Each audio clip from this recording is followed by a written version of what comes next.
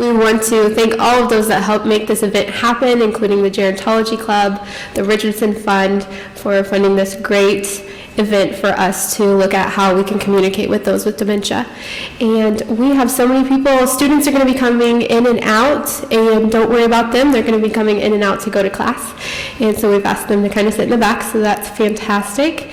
And the afternoon will go like this. We'll have Dave Roth is going to speak, then we have a short break with some music, some live music, and then we'll do another panel where you'll be able to ask questions. So we'll hold questions for Dave until that panel.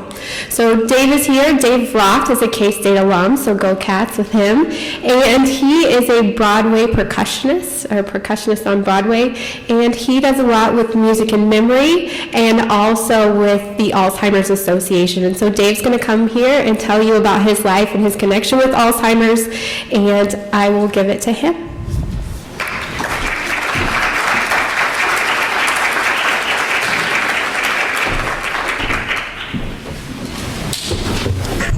Hello. First of all, thank you to Gail Dahl and Dana Hunter for allowing me to come here today. This is a real honor to speak up to you about Alzheimer's. I'm very passionate about Alzheimer's. I'm not a professional speaker, but I'm a professional passionate, that's what I say when it comes to Alzheimer's. So I'd be happy to speak about this all day, and I'll try to keep it down to 50 minutes. A couple of things that I do want to talk about today is going to be advocacy with the Alzheimer's Association. Someone this morning asked a question right at the end of the session. I don't know if he's still here, but he said, how do we get past the stigma of Alzheimer's? And immediately I thought, oh great, I hope he shows up today for the afternoon session, because the way we get rid of the stigma of Alzheimer's is we talk. And we get good information and we share it with other people and we advocate, and that's something that I'm going to introduce to you today, and hopefully you can take it to the next step. And then the other thing, of course, that I'm extremely passionate about, some of you may already know about, is the personalized music therapy program through the use of iPods with those suffering from Alzheimer's and dementia. It's an incredible program, and if you don't already know about it, I hope today when you see some of this, you'll be truly inspired to spread this kind of use. So the first thing was kind of my journey. Alzheimer's, I think for most people in this room, you don't choose to have a journey with Alzheimer's. Generally, it chooses you through a loved one, family member, friend. There's so many of us in this room who probably has experienced Alzheimer's in one way or another. My family and I were introduced to it in a real sense when my mother was diagnosed. About 6 years ago. It's kind of hard to remember exactly when all this happens, maybe 5 years ago. I have also a father that was diagnosed about 2.5, 3 years ago. So both of our parents have Alzheimer's, which is quite shocking to most of us. And fortunately for me, I have a very large family. I have 6 brothers and sisters, one of which is sitting right over there. Raise your hand, Judy. Yeah. She's being coy. The thing that's great about having that kind of support system is that obviously there are many of us to be able to add our input and to reach out and find help for my mom and dad and care for them and find others that can care for them and so on and so forth. Some of you here may not be that lucky and may be the only one to care for that person. So basically we ended up having to have that serious talk with our loved ones, my parents, and say, well, you're at a moment in your life where things are going to change and you may need to move somewhere. You may need to move out of your home that you've built for 45 years and go to a facility. That's not an easy conversation for anyone to have. We had that conversation. They moved here to Meadowlark Hills in Manhattan, and my father went to school here, so there was some symmetry there. And then we've now had moved them to Comfort Care Homes in Wichita, and I'm very happy with both and the care that they've received. When I went back to New York City, I'm from New York City. When I went back to New York City, I was basically looking for answers. What do I do with Alzheimer's? How can I get involved? What do I need to know about it? So right away I reached out to my local chapter, the local chapter in New York City, the Alzheimer's chapter. I have a friend in New York City who's an actress on Broadway, and her father's suffering from Alzheimer's. And so we were kind of confidants, and we went to that meeting together. And that meeting was a real moment for me, and I think some of you hopefully will find that moment, and hopefully maybe this morning's presentation, maybe my presentation, or a meeting you have at an Alzheimer's Association, a moment that really sparks your interest. This is an example of the Alzheimer's advocacy program.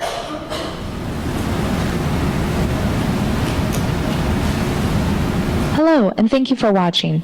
This tutorial will focus on the nationwide movement to create a world without Alzheimer's through advocacy. We need your help in the fight against Alzheimer's disease. You have the opportunity to reach elected officials at every level of government and ask them to produce real policy change. Your involvement is part of a movement to change the way your government addresses the Alzheimer's epidemic. Advocacy is a critical component of the Alzheimer's Association's mission to advance care, support, and research.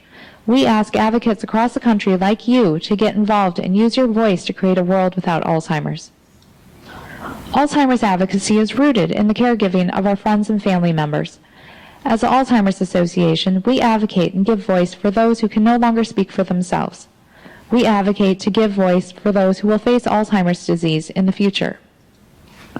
Advocacy in the public policy arena takes the same passion and care for the needs of individuals that we experienced in caregiving and moves it to the forefront of the political debate in our country. Elected officials are making decisions right now about how this country is going to manage this disease. Elected officials listen to the voices of voters and act on behalf of the will of the people. Shouldn't the Alzheimer's community have a voice in that debate? The impact of Alzheimer's disease on individuals and society is beyond the ability that a single family, extended family, or even a community can change. We need advocates like you to change public policy and help those facing this devastating disease. Being an advocate will help us change the upward trajectory of this disease. Today, there are an estimated 5.4 million Americans living with Alzheimer's and 15.2 million unpaid family and friend caregivers. Right now, 1 in 8 Americans aged 65 and older have the disease, and every 68 seconds another person in America is diagnosed. Communicating with elected officials will help us change the system to help all Americans who are facing this disease. We have important public policy issues that need to be discussed with elected officials. We need your help to communicate these issues. Right now, we need the government to do its part in the fight against Alzheimer's disease. Our federal government needs to support a national Alzheimer's plan that accelerates and prioritizes the government's efforts on Alzheimer's disease and to commit the resources necessary to change the trajectory of the disease within Alzheimer's research, education, outreach, and support activities. We also need a commitment for more Alzheimer's research.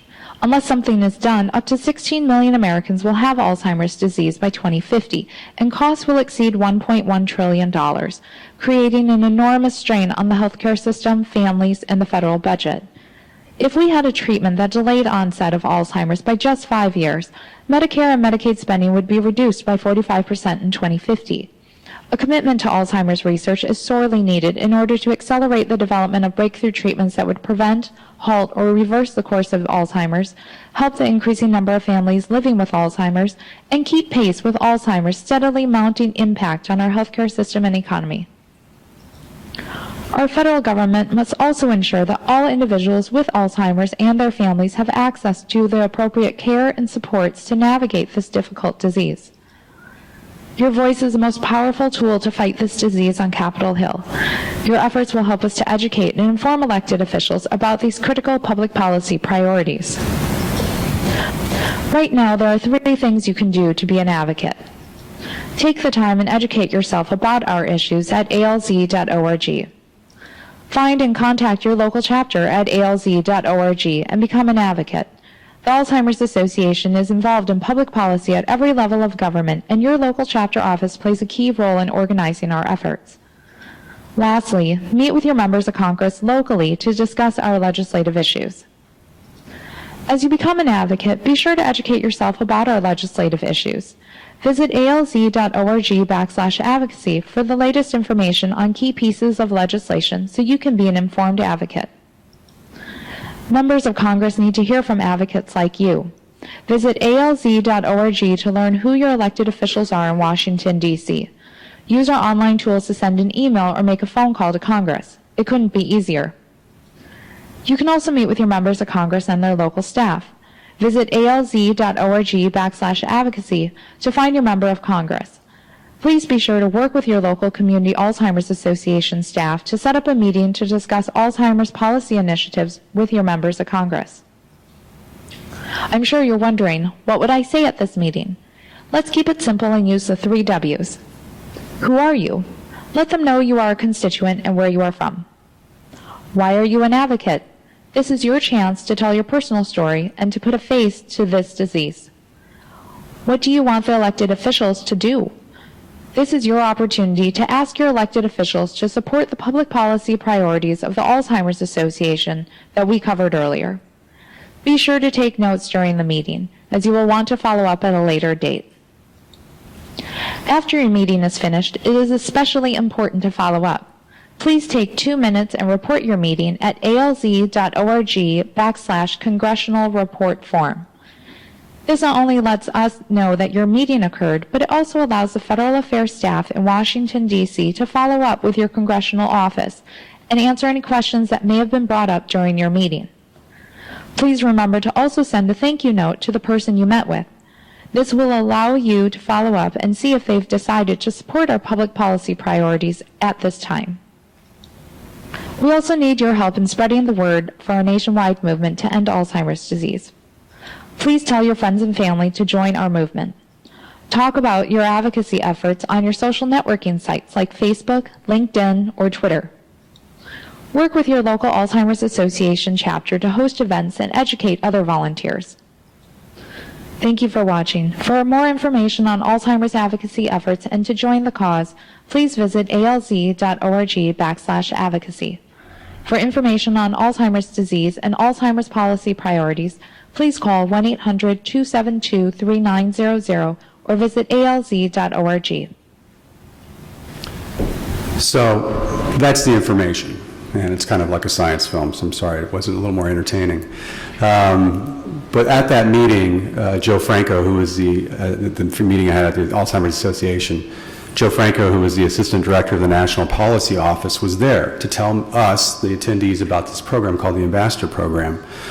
Well, you see, like I think most people in this room, when you reach middle age, and I was reaching middle age, I was at that point in my life where I'm like, I have my work, I love what I do, I love my family life and all that, but I think at some point everybody, when they reach this point in their life, you decide, I need something else. There needs to be some other drive in my life that's important to me, but that's important to other people. Well, this was a moment for me. This was a moment when I realized this could be something I could give, and it'd be important for other people as well. And this ambassador program that he introduced was basically assigning an advocate from each congressional district in the United States. And I believe you have 4 congressional districts here, right? 4 congressional districts in the state of Kansas. So that would be one ambassador from each district, one advocate. I call it an Uber advocate. And your job is to be a liaison between that representative or senator and the Alzheimer's Association on all matters regarding Alzheimer's and federal legislation. So it gives the Alzheimer's a conduit to that congressperson, because that's where change really needs to happen when it comes to Alzheimer's, not only from us in the medical field, but from Congress. Congress needs to step up and act. So that's basically where my work began. And so my next step was I needed to educate myself. And this is where this comes in when you want to be an advocate. And you need to look and see what the numbers are. First off, this one to me is one of the most shocking. And when that young man asked earlier, basically, how do we get past the stigma? Here's one big stigma that most people don't even know. This is the 6th leading cause of death in the United States. Now, the interesting part about this statement is when I make this statement, about 50% of the time, I usually get this kind of deer in the headlights look on someone's face, and I realize it's not that it's the 6th leading cause of death, it's that it's the cause of death. They literally look at me like, well, you just get old and forgetful. It's called Alzheimer's disease, and it's sad because people forget. No, it does lead to death, unfortunately. And it's the 6th leading cause of death. There are almost 6 million people in this country that have Alzheimer's. That number is expected to grow to approximately 16 million by mid-century. Why is that? Because the baby boom generation, It's a large generation, and they're growing older and reaching their senior years. And the population is changing too. I recently saw a study that basically looked at the population statistics over the last, many centuries, and it used to be that the population looked like a pyramid. The bottom wide base was youth, and as you got up there, that was the elderly. It was like this nice pyramid. Well, today, in the world population, it's starting to even out a little bit. It's becoming a column, and there's a little more even disparity between all the different age groups. In 200 years, they're predicting that it'll be an inverted triangle, and some of our smallest age groups will be the youth, and our largest will be the elderly. That's why we need to address this problem, because people are getting to older ages now than they used to because of medical advancements, and therefore they're more at risk. Anybody that's 85 years or older stand 1 in 2 chance of developing some form of dementia. That's quite high, 85 years or older. The other concept that's really alarming about this disease is it's extremely expensive. It costs the United States government, well, Alzheimer's costs in general, cost $220 billion last year. Out of that $220 billion, $150 billion was spent from the Medicare and Medicaid system. Now think about that, $150 billion. Now, as the population grows from 5.5 million with Alzheimer's to 16 million, they're estimating by the middle of the century, it'll be $1.2 trillion to care for Alzheimer's. And if you add up that expense from now until then, it'll be $20 trillion to actually pay for Alzheimer's. 20 trillion. Last time I looked, I think the national deficit, which most of us agree in this room is far too high, is $17 trillion. And guess what? That's higher than the national deficit.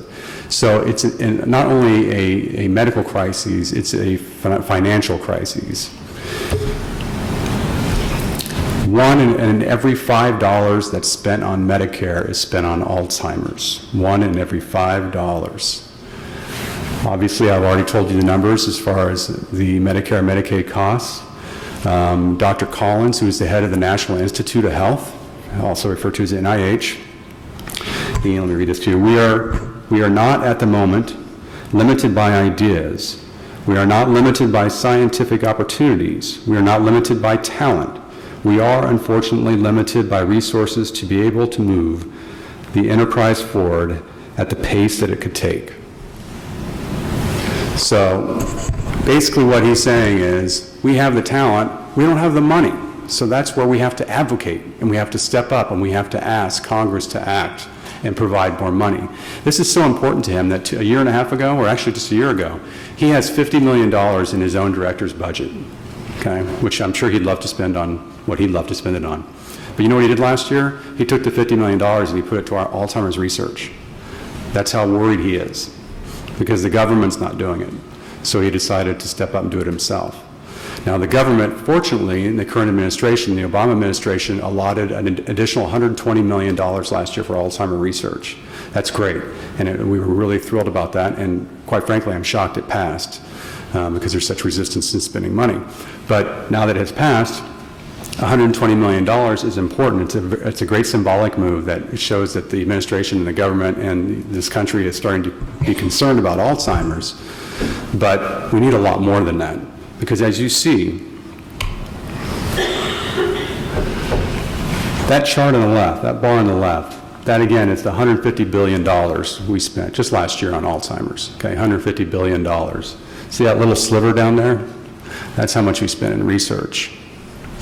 You know, when your roof is leaking and all the stuff in your house keeps getting wet, and you go and you keep replacing stuff in your house because your roof is leaking, well, if you go next door and you hire Timmy, the neighbor who's 10 years old, to fix your roof, you're probably only going to have to pay him $100. But then you got to keep replacing the stuff inside your house because your roof wasn't fixed properly. That's the analogy. We've got a big giant roofy leak, and we're trying to fix it by means that just isn't going to do it. So we have to have more money put towards it. Now, you can see why I'm saying this. These are the different figures as far as what we spend as a nation on research for cancer, for HIV/AIDS, for cardiovascular heart disease, and Alzheimer's. When I walk into a senator or a congressperson's office in Washington, D.C., the first thing I say to them, first of all, and this is a great way to introduce anybody to Alzheimer's, is say, are you affected in any way by Alzheimer's? Do you have a loved one? And usually I do about 7 meetings a day whenever I'm doing this. 5 out of 7 will say yes. 5 out of 7. So you can see how we're all affected greatly by this. Then the other thing I talk about here is that one thing I didn't tell you is that my grandmother was never diagnosed, but I'm quite certain died of Alzheimer's in 1977. Now my parents are diagnosed 30, 35 years later. You know what's really interesting about that, Mr. Senator, is that 30 years ago, this was kind of what we did for people with Alzheimer's. 30 years later, we're kind of doing the same thing. We haven't gotten very far with this. However, when I was in 77 and I was a young lad, when a neighbor had cancer, you didn't ever talk about it. Does anybody remember that? You would say the C word. No one said cancer back then because we were so freaked out because guess what? You didn't survive. You know, when someone had cancer, then you just couldn't bear to say it because you didn't have any survival. Now we have remission. How do you think we got there? We have remission because we put money towards it. We now spend $6 billion a year in cancer research, and great things have happened. Makes sense. You know, you put your money where your mouth is, so you have to basically invest. So that's what you're asking. You're going to a Congress member and you're saying, hey, we just want you to invest, and you know, let's put the money here now and save all this money from what we're going to spend later. And once again, make sure you bring this up again. You know, 6th leading cause of death. And more importantly, out of the 6th leading cause of death, whoops, sorry about that, is out of the top 10 causes of death in the United States, Alzheimer's is the only one that has no effective therapy or cure. Out of the top 10, it's the only one. Out of the top 10 over the last 10 or 15 years, look at the decline from all the other diseases. Cause of death has actually come down. Alzheimer's has increased. So we're late in the game with Alzheimer's, so we need to step it up and get there sooner. So where do you begin? The most important part is start, and that's the hardest part. But as all of you know from anything you do in your life, like going to the grocery store, if you get in the car and you turn the car on, chances are you're going to make it. But if you don't get in the car, you'll go, oh, I'll go to the grocery store tomorrow. It's the same way here. You just finally do something and you actually take one step forward, and then all of a sudden you go, oh wow, this is great, look what happened here. And suddenly you're all inspired because all these events are taking place around you. And a lot of times you have nothing to do with it. Something you did sparked this, and then next thing you know, it's just exponential and all this growth starts happening. Call your local Alzheimer's chapter. There's a couple of them in the state. There's one in Kansas City, Heartland, Heart of America, something like that. And then there's Central and Western Kansas chapter in Wichita. Lindsay's here from that. And they all have satellite offices around the state as well. So contact your local chapter. They're a great resource of help. Contact your local nursing homes. Contact geriatric centers, neurological centers. Reach out to people that are dealing with Alzheimer's institutions because they may have ideas for you that you can help out. Raise funds, by the way. Walk to End Alzheimer's. That's a great way to raise money. You'd be shocked. Bug your friends for money. It's okay. I'm incessant about it. I'm surprised I'm still friends with a lot of them. But it's great. I mean, in 3 walks over the last 3 years, I've raised almost $25,000 by myself. You can do that. All it takes is just writing a few emails and just asking and saying, look, this means a lot to me, and here's why. That's me with my representative, Carolyn Maloney. Unfortunately, I'm announcing today that I had to step down from the ambassador program. I moved to a different neighborhood in New York City. I'm no longer in her district. So I'm hopefully to pick up another congressperson to assist. I think something that is pretty common, I know I felt this way, is that when you talk about contacting your congressional representatives, most of you, how many in this room think, please be honest, how many of you think nothing's going to happen if you talk to a congressperson? Like you write them or email them, do you think, how many? Be honest. All right, that's good. I was hoping you'd think that way. You're wrong, okay? And I know this for a fact because I work with people that do these kind of studies now. And it shows you that lobbyists, they seem very powerful, and they do when you're on the Hill. You can spot a lobbyist a mile away. Their suits are nicer than anybody else's, but they're not as effective. They are powerful, there's no doubt. But if you see the top there, the amount of influence that an in-person visit from a constituent, you're actually very powerful. You know why? Because there's a gentleman that spoke to us at the National Forum a few years ago, four years ago, and he's been chief of staff for multiple offices in Congress. At the time, he was Al Franken from Minnesota's chief of staff. And he had this amazing, I was amazed by what he told us. He said, do you know what happens? You get elected. It's a great moment. You party all night. You wake up the next morning, you have your first meeting. Does anybody know the number one thing on the meeting agenda the next morning after you've been elected to Congress? Does anybody know what the first thing is? How do I get elected next time? And he was serious. He was dead serious. How do we get elected next time? Not, okay, what was the platform I got elected on? Let's try and see what we can do about that. No, it's we got to protect our job. That's why that's important. You're a vote. And if all the people in this room came in, especially in 1 week, to Representative Jenkins' office, which I believe is your representative here, she'd be alarmed.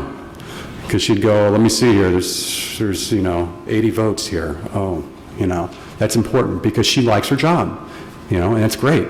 Well, guess what? We gave her that, and we can take it away. So you have to hold them accountable. Just quickly, I just want you to know about some federal legislation. First of all, I'm not going to talk about all this, but there was nothing about Alzheimer's in Congress up until just a few years ago. We weren't on the map. And the Alzheimer's Breakthrough Act was something we tried to get through for a decade or so. It was asking for money. That's just a hard sell, period, for anyone. When someone comes to you and calls you on the phone and asks for money, it's a hard sell. So they came up with the National Alzheimer's Project Act. We called it NAPA. And basically what that was just setting up a plan. It's just saying to Congress, there's no money, don't freak out. We just want to make sure that we're on the map now. Recognize us and say this is a national priority. Well, it passed unanimously in December of 2010. Obama signed it into law in January 2011. And in May of 2011, it was now the National Plan for Alzheimer's that he signed. And it basically designated 2025 as a target date for a cure. So that's the target we're on. So now we have a plan. It doesn't sound like much, but it is. It's baby steps in Congress. So now we're there. Now the next thing, I'll skip the rest of this, but the bottom, the Alzheimer's Accountability Act, that's right now. You all have in your handouts, if you all got a handout, I think your first 2 pages are your addresses for all the different representatives. You don't have to be in the district to write them, and also the senators. Their email addresses, there's phone numbers, there's Twitter links, barrage them and ask them to support the Alzheimer's Accountability Act. What that is we've morphed the Breakthrough Act, I think geniusly, the Alzheimer's Association that's come up with this, because what they've done is they're not just saying we want $2 billion, they're saying we're going to go to the National Institute of Health, they're going to do a budget, and then we're going to go to Congress and then lay down a budget in front of them and say, we still need $2 billion.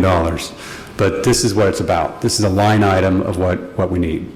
So please, today, go home and call or write your representatives and senators and ask them to support this bill so that it gets pushed through.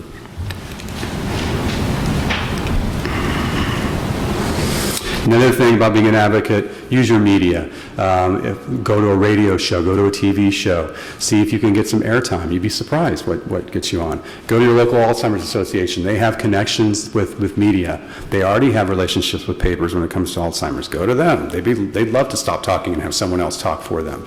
And get your word out there through that.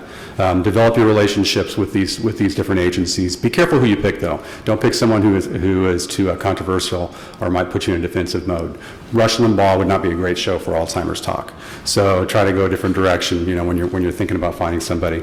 The most important part is spread the word. That's what I'm doing right now, and that's why, we're talking about this right now. I'm trying to spread the word to you. Every time I'm at a local bar with musicians, somehow it'll come up because they know I'm an advocate, and I talk about it. And they listen and they tell other people, and they constantly send me stuff saying, hey, look what I saw. And they're thinking about it now.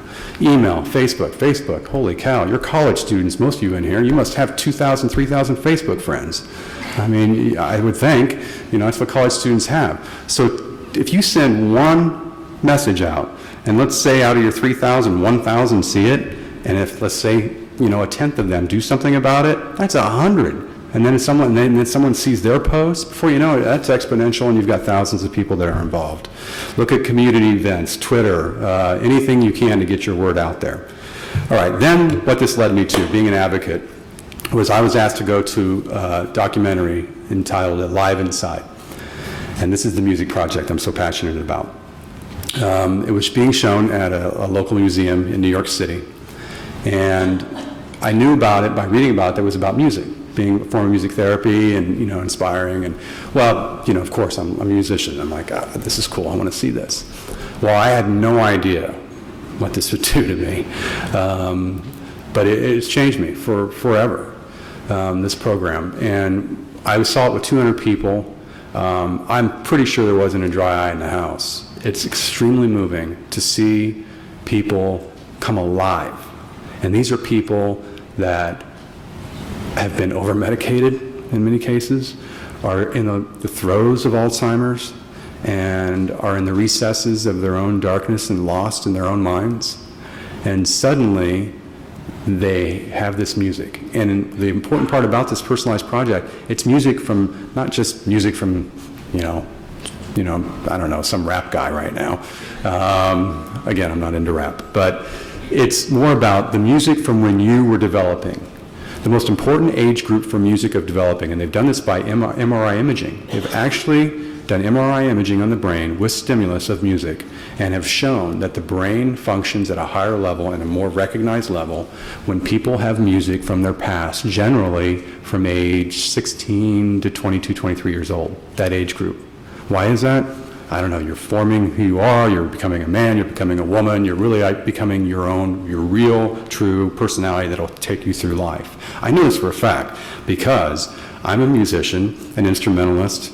I know this is strange, but I don't listen to lyrics.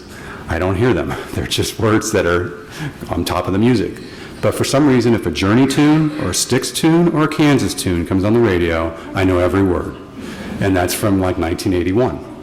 All right, so I know this is why this is impactful. So this is what I saw, a little clip, and some of you have probably seen this. This is a very famous clip, but this is an example of this film and the kind of effect this music has.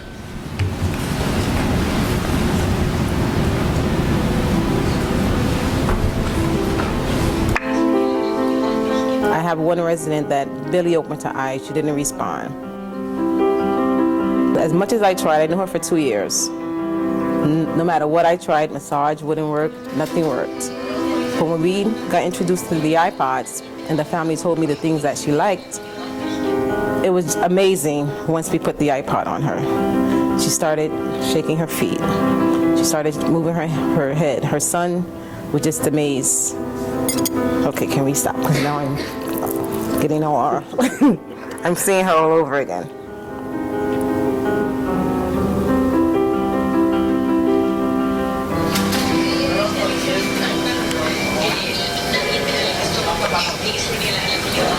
Hi, Papa.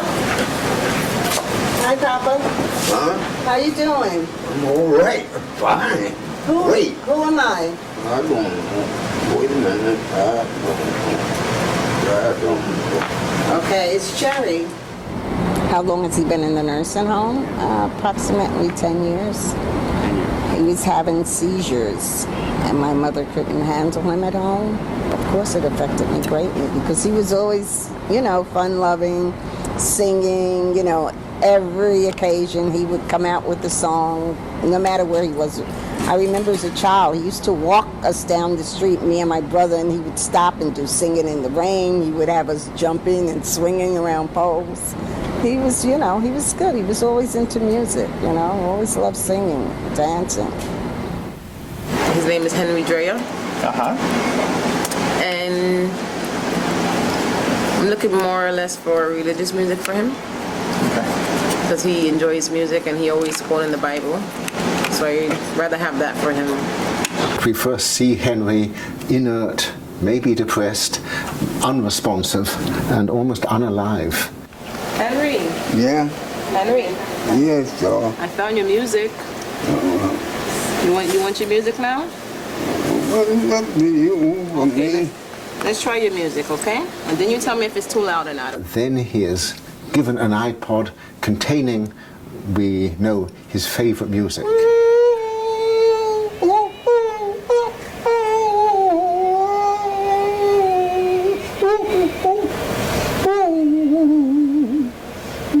And immediately he lights up. His face assumes expression, his eyes open wide. He starts to sing and to rock and to move his arms, and he's being animated by the music. And he used to always sit on the unit with his head like this.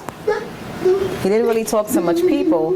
And then when I introduced the music to him, this is his reaction ever since.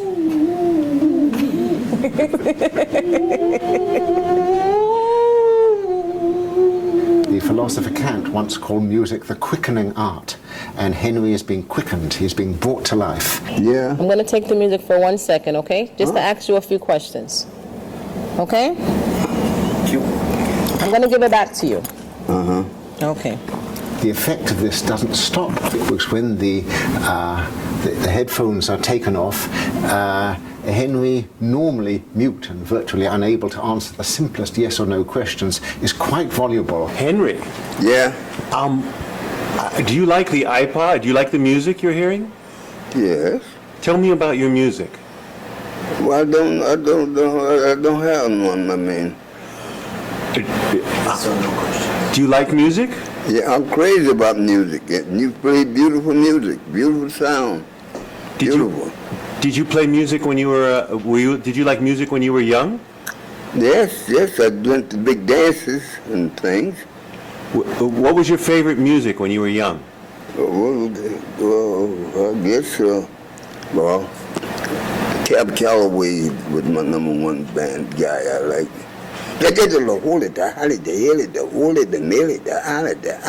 What's your favorite Cab Calloway song? Oh, I'll be home there for Christmas.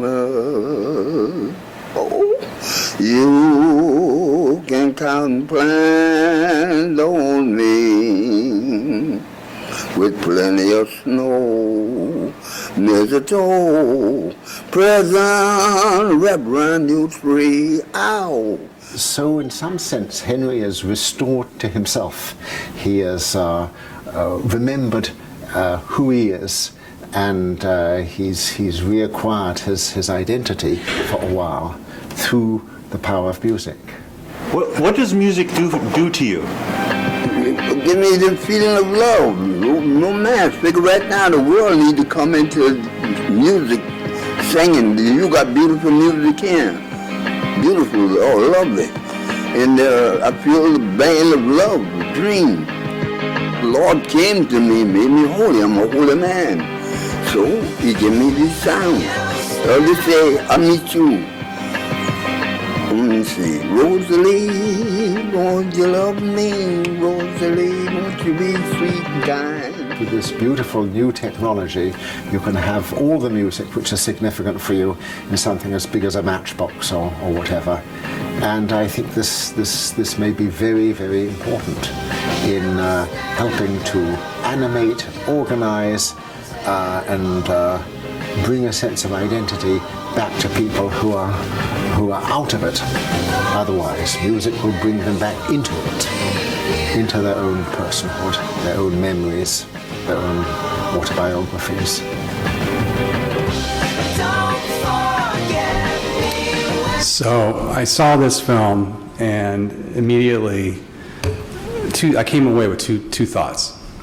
First of all, the effect of music. Well, I'm a musician, so I just mentioned earlier that in a way I feel like I'm a drug dealer, because music is a drug. And those of us who play music feel like we're providing medicine for people. And so that was already, I get that. But then the other thing I came away with was my frustration, because Dan Cohen, the social worker who came last year and presented here about his project through musicandmemory.org is his organization, if you want to look him up, if you weren't here last year. The frustrating part was he would go to these institutions and he'd say, you know, I have this project. It works wonderfully many times for a lot of people. And the institutions kind of, they're on board and they're like, well, this is fascinating. This sounds great. Wow. And oh, by the way, caregivers say that people that are in this mode of hearing this music, they suddenly are more agreeable. So what, they don't like to shower. So you pop a headphone on them, you know, an hour later you go in to shower and they're like, yeah, that's great. You know, I feel good. Let's do this. Well, then they get to the point where the, you know, final conversation is how much? And Dan then tells them it's $50 to $70 per patient. And a lot of times the institution says, we can't afford that. Do you know how much money they spend on medication for each patient? And you know what that medication a great many times does? It puts them in a comatose situation, a state. And so they think that's more agreeable to get them to, you know, to deal with them. So now I walked away from that and I thought, okay, I'm on board. However, I don't know that it works other than seeing that it works here. Well, my mother has Alzheimer's, as I told you, and my mother at that time was in pretty much mid-stages, I would say, and my mom was a choir director for 35 years in a Catholic church, playing a guitar folk mass, so she was very cutting edge. And the thing is, what's really sad, and I feel this is very personal for me, but I know it's for my family too. As a musician, it's frustrating to me that we were so conscious of giving her food and shelter and hygiene that we forgot about the music. And she didn't have music in her life anymore. She was in institutions where the television's on, but there's no music being played. And so I called my brothers and sisters and said, here's this program. It's great. What's the music from her past? I'm the youngest, so I need help. And they came up with music, and her sister came up with music, and that's another thing. It's incredibly, it's a great therapy for families and caregivers, because you come together and you talk about your loved one, and like, oh, you remember listening to Neil Diamond? Oh, I hated him, but Mom loved him. You know what I mean? That kind of thing. And it's fun, it's funny, and you put it all together, and then you have their music. So I went home, and with the help of my sister Jenny, who had a video camera, I just want to show you some clips of my mom. And one of the things, I won't do much of this, but one of the things I want to show you or tell you is that at this point my mom had 4 words. She couldn't converse anymore. One word she said a lot was really, really, really, really. More anxiety she'd have, the more she'd say it. And then she'd say yeah or no, and that's about it. Okay? No names, no anything. All right.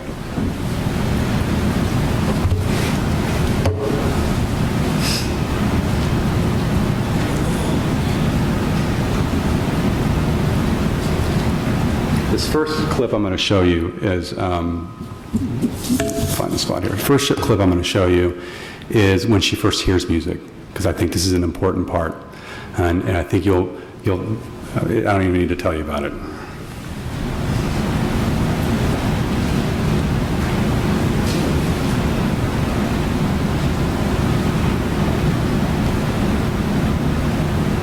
Now ready? Now tell me if it's too loud. Just tell me, okay? Say it's too loud. Do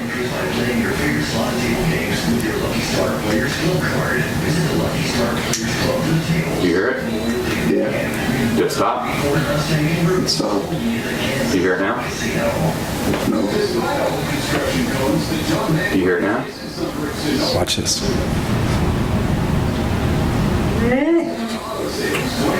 Can you hear it? Yeah. What song is it? Do you know? Does it need to be louder? Want it to be louder? Yeah. Look how engaged she is. That's something else that at that time. Here, Volume on this. I turned it up right there. At that time, you know, and I think most of you know, is dealing with someone with a loved one with Alzheimer's, engagement's really difficult, and it was really hard to get her even to make eye contact. What happens when I push it? The one closest to the thing. Push This it. one? Yeah, see, listen to it. And what I'm going to show you then, remember she has no speech, and then as we're listening to tunes, we're listening to some religious music from her days of being a choir director. I told you the name of the song and who it is. Where have all the flowers gone? By who? Peter. She likes that one.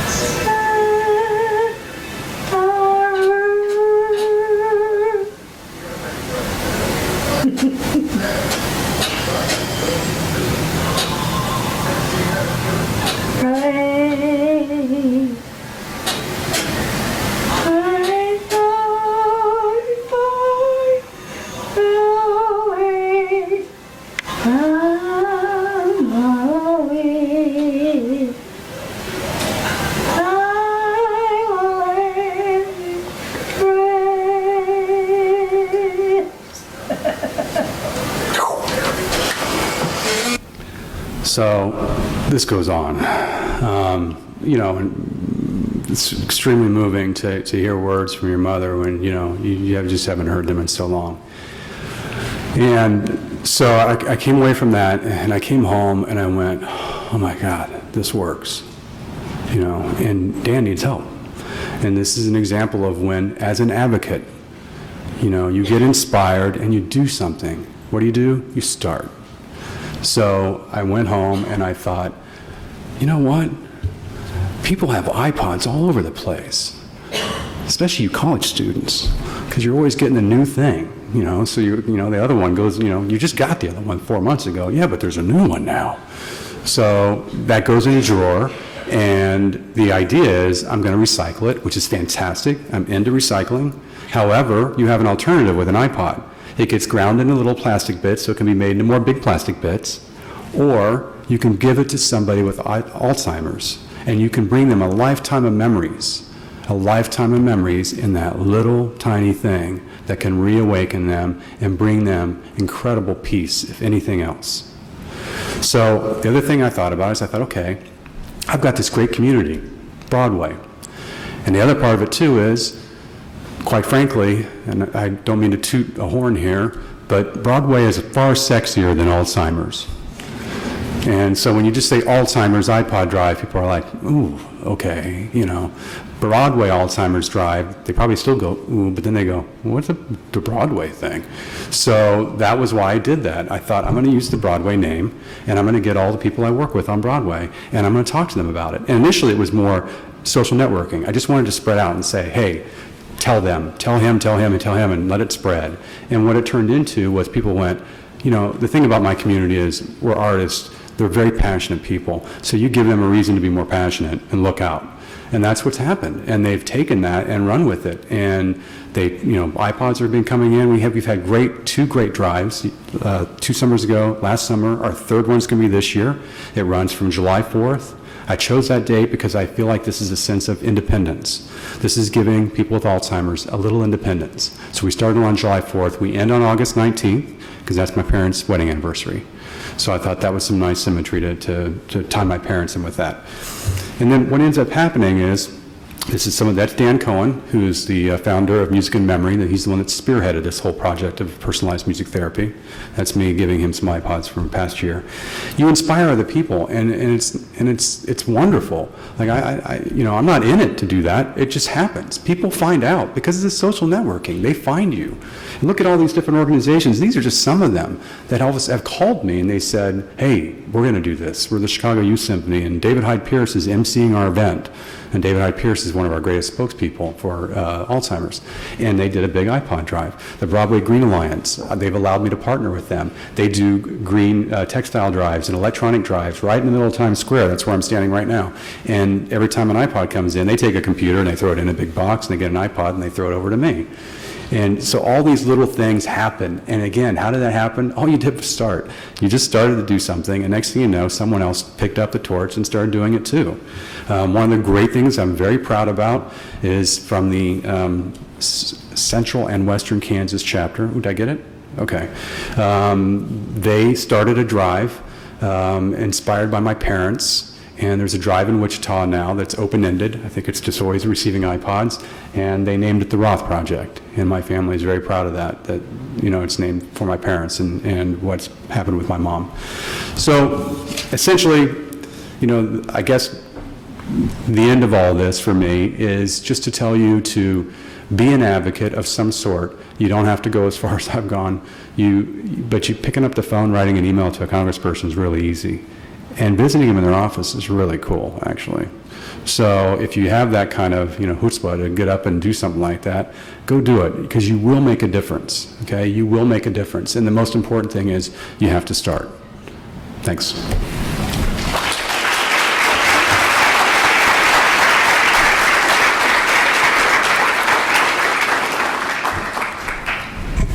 Dave, we want you to stay up here for a second. Can you get that picture?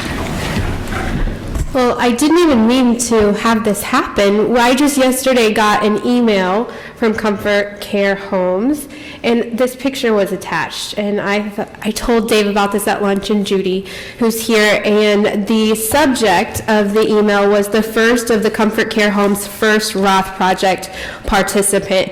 And it says, the attached photo shows my wife at the moment she first hears some enchanting evening from South Pacific, downloaded on her iPod Shuffle. Thanks to the Alzheimer's Association Central and Western Kansas chapter, her smile says it all. Most of the songs are from her parents' favorite Broadway musicals. We did include Bad Badly Brown, which encourages Christy to stand up and dance around the living room. We can't thank Dave and Comfort Care Homes and the staff of the Alzheimer's Association enough. So I thought that was very fitting to show this email that I got.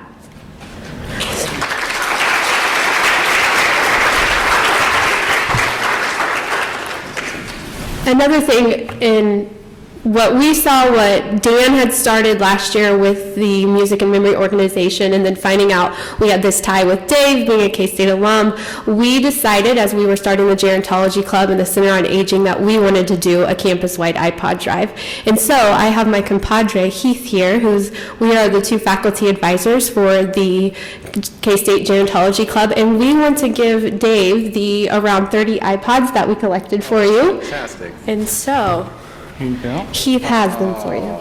They range from... You can talk.